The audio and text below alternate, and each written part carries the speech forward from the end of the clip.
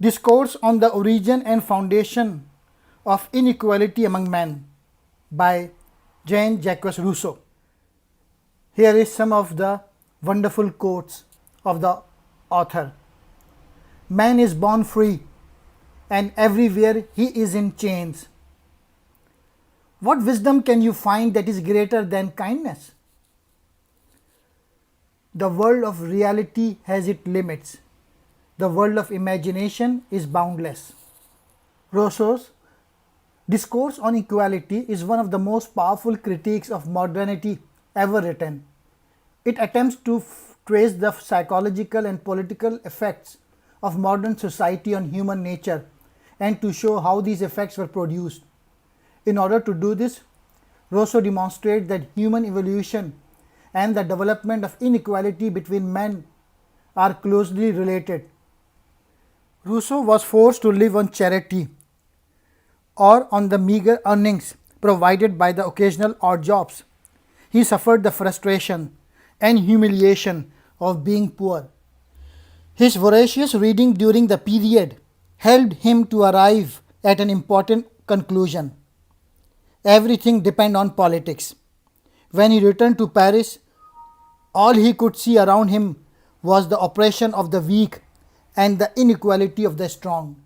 Rousseau broadcast clearly, for the first time, what would become the animating principle of his life's work, the idea that man, although born good, was corrupted by his institutions.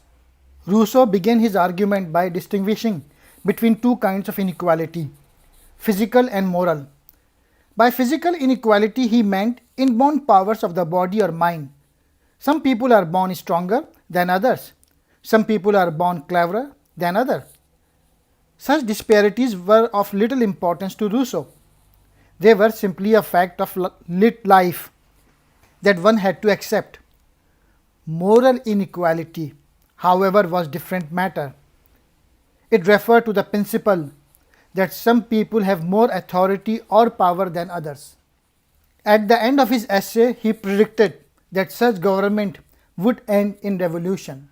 What distinguished men from animals in Rousseau's estimation was neither his rationality nor his capacity to speak, rather it was his free will, or what Rousseau described as man's unique capacity to act as a free agent and to choose or will what he wished.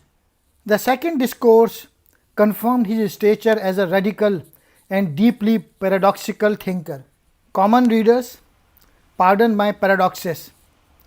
They must be made when one thinks seriously, and whatever you may say, I would rather be a man of paradoxes than a man of prejudices.